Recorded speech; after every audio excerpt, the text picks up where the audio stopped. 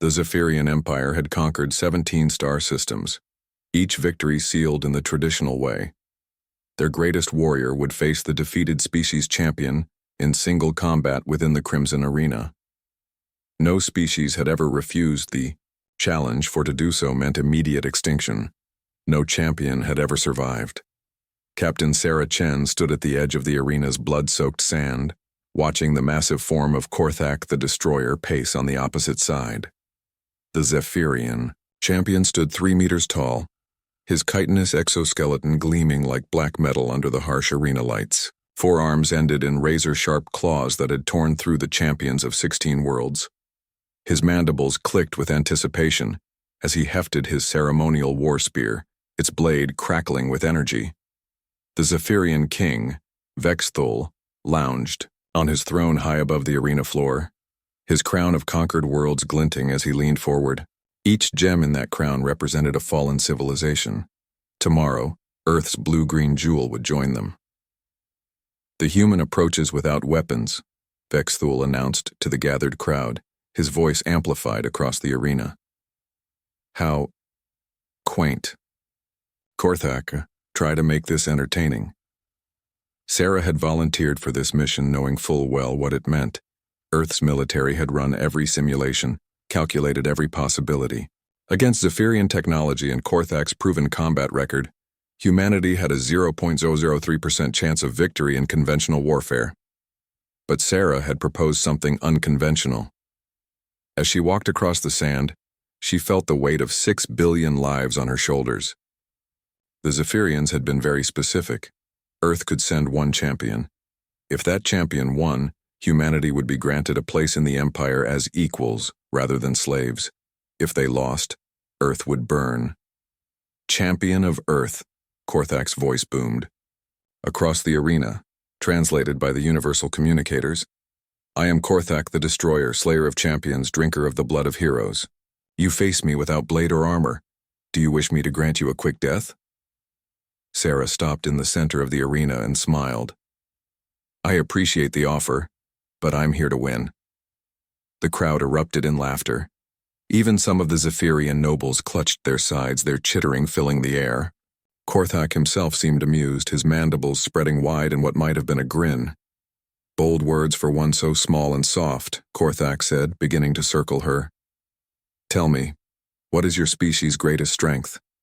Your champions from the other world spoke of honor, of courage, of ancient fighting traditions. What do humans claim as their power? Sarah turned with him, keeping her distance, studying his movement patterns. We're adaptable, she said simply. Adaptable? Korthak laughed, a sound like grinding metal.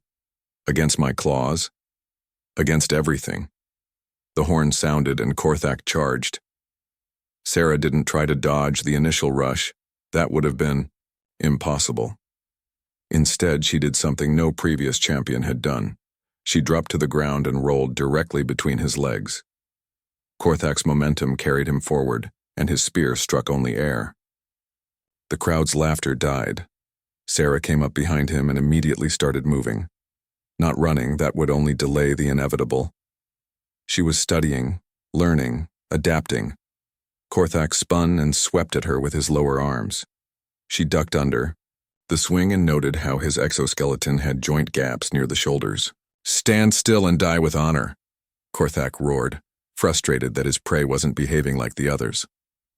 Honor's overrated, Sarah replied, dodging another spear thrust. Survival's better. For 20 minutes, she evaded him. Not just randomly, she was mapping his attack patterns, his recovery times, his blind spots. She was doing what humans did best. She was learning her enemy. Korthak grew increasingly frustrated. His attacks became wilder, less controlled. The crowd began to murmur. This wasn't how these battles went. Champions were supposed to meet their deaths with dignity, not dance around like cowards. But Sarah wasn't being a coward. She was being human. On the 21st minute, she made her move. As Korthak overextended with a particularly vicious spear thrust, Sarah grabbed a handful of sand and flung it directly at his compound eyes. While he reeled back, temporarily blinded, she leaped onto his back. Impossible. Vexthul rose from his throne. Seize her. But the arena rules were absolute. No outside interference until the combat ended. Sarah wrapped her arms around Korthak's neck, just below where his exoskeleton had a breathing gap she'd observed during their lengthy dance. She didn't try to strangle him. His physiology was too different. Instead, she pressed her fingers against specific pressure points she'd mapped. While dodging his attacks, Korthak thrashed, trying to dislodge her, but Sarah held on with the desperate strength of her entire species. She had studied every piece of Zephyrian anatomy data Earth's intelligence had gathered. She knew exactly where to press. Korthak's legs buckled. His nervous system, evolved for different pressures and impacts, couldn't cope with the precisely applied force at those specific points. He crashed to the sand, paralyzed but alive. The arena fell silent. Sarah stood over the fallen champion, breathing hard. "I claim victory," she announced. "Treachery!" Vexthul screamed. "No warrior defeats Korthak through such trickery." "It wasn't trickery," Sarah said, her voice carrying clearly in the silence. "It was adaptation. Your champion was stronger, faster, better armed. So I became smarter. I studied, I learned, I adapted. That's what humans do." The ancient laws of the arena were clear. Victory belonged to whoever remained standing. The crowd began to chant, slowly at first, then building, "The human, the human." Vexthul's rage was visible even from the arena floor, but the laws of his own empire bound him. Slowly, with trembling claws, he removed the crown of conquered worlds and hurled it down to the arena floor.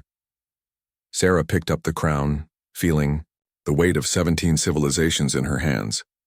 But more importantly, she felt the weight of hope. "Your empire," she called up to the defeated king, "just learned something about humanity.